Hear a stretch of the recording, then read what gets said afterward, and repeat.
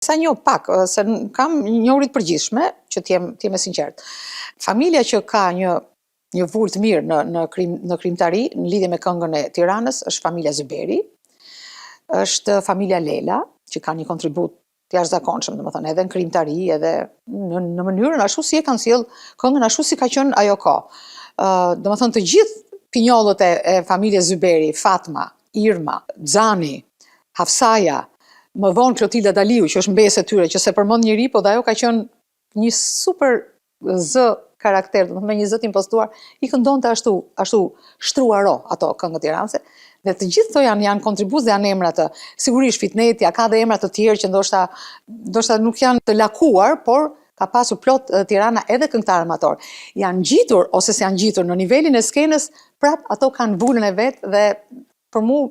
domethënë janë një pjesë e historisë të gjithë, domethënë të fytyrës së Tiranës për sa i përket muzikës dhe edhe vallave.